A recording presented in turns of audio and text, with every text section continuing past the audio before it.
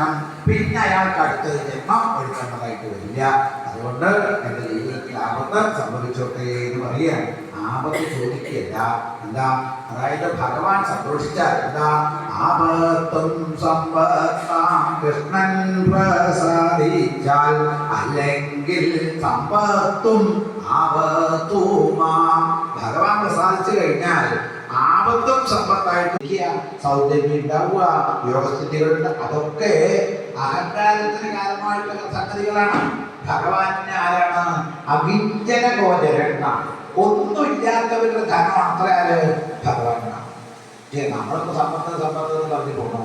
ഈ സമ്പത്തുള്ളവരുടെ കൂടെ ഭഗവാൻ എത്രേ? പിന്നെയോ ഒന്നുമില്ലാത്ത ആളുടെയും ഇരിപ്പിടാണ് ഭഗവാന്റെ. അപ്പൊ ആ ഭഗവാനെ ഭഗവാൻ അവതാരങ്ങളൊക്കെ അഭിനയം. കൃഷ്ണാവതാരം തന്നെ ഒരു അഭിനയം. ഈ അഭിനയത്തെ കുറിച്ചൊക്കെ മനസ്സിലാക്കാൻ ശ്രമിച്ചാൽ മനസ്സിലാവും. അതിന്റെ അകത്തുള്ളൊരു അഭിനയമുണ്ട്. അതിനെ കുറിച്ച് ഓർക്കുമ്പോഴാണ് എന്റെ മനസ്സ് വല്ലാണ്ട് അതായത് ശിക്ഷിക്കാൻ വേണ്ടിയിട്ട് ആ അടിക്കാൻ കിട്ടി.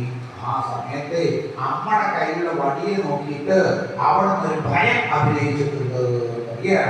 യമൻ പോലും ആരെ പേടിച്ചിട്ടാണോ അവൻ ആ യമന്റെ കർമ്മം നിർവഹിക്കുന്നത്, അല്ലെങ്കിൽ യമൻ ആരെ നോക്കാൻ ഭയപ്പെടുന്നുവോ, യമന്റെ യമനായിട്ടുള്ള അങ്ങേക്ക് അമ്മയുടെ കയ്യിലെ വടിയോട് ഭയത്തോ